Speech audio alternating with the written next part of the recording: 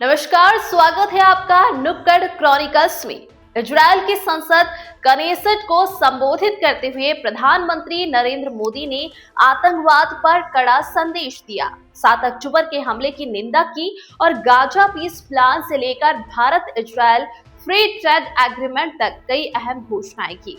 PM Modi को speaker of Knesset medal से सम्मानित किया गया और पूरा सदन मोदी मोदी के नारों से गूंज उठा।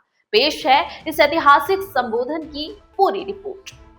इजरायल दौरे पर पहुंचे प्रधानमंत्री नरेंद्र मोदी ने 25 फरवरी 2026 को कनेसेट में अपने संबोधन की शुरुआत 7 अक्टूबर 2023 को हमास द्वारा किए गए आतंकी हमले की कड़ी निंदा से की। उन्होंने कहा कि आतंकवाद को किसी भी परिस्थिति में जायज नहीं ठहराया जा सकता और नागरिकों की हत्या मानवता के खिलाफ अपराध है।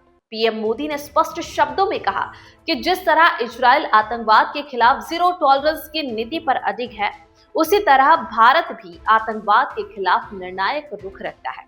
उन्होंने 26/11 मुंबई हमलों का जिक्र करते हुए कहा कि भारत ना 26/11 भूला है और ना ही 7 अक्टूबर को भूलेगा। उन्होंने आतंकवाद को पनाह देने वाले देशों को परोक्ष रूप से चेतावनी देते हुए कहा कि वैश्विक शांति के लिए समन्वित और निरंतर कार्रवाई जरूरी है। गाजा को लेकर पीएम मोदी ने संयुक्त राष्ट्र समर्थित शांति पहल का समर्थन दोहराया और कहा कि भारत संवाद, स्थिरता और टिकाऊ समाधान के पक्ष में है, जिसमें फिलिस्तीन मुद्दे का न्याय संगत समाधान भी शामिल है।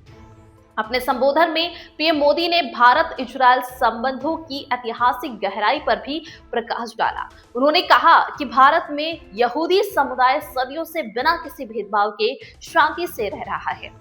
हनुक्का और दिवाली, होली और पुरीम जैसे त्योहारों का उल्लेख करते हुए उन्होंने दोनों देशों की सांस्कृतिक समानताओं को रेखांकित किया। आर्थिक मोर्चे पर पीएम मोदी ने कहा कि भारत जल्द ही दुनिया की तीसरी सबसे बड़ी अर्थव्यवस्था बनेगा और इजरायल के साथ द्विपक्षीय व्यापार को नई ऊंचाइयों तक ले जाने के लिए एक महत्वाकांक्षी फ्री ट्रेड एग्रीमेंट पर काम जारी है। उन्होंने quantum technology, semiconductor, artificial intelligence और डिजिटल पब्लिक इंफ्रास्ट्रक्चर जैसे क्षेत्रों में सहयोग बढ़ाने की बात कही। कृषि क्षेत्र में सटीक सिंचाई और जल प्रबंधन में इजरायल की विशेषज्ञता की सराहना करते हुए कहा कि इससे भारत में खेती की पद्धतियों में बड़ा बदलाव आया है।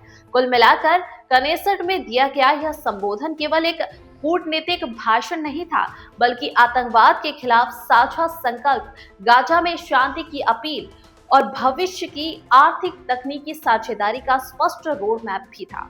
आज के लिए बस इतना ही। ऐसे ही देश विदेश से जुड़ी जानकारी देखने के लिए देखते रहिए नुक्कड़ क्रॉनिकल्स।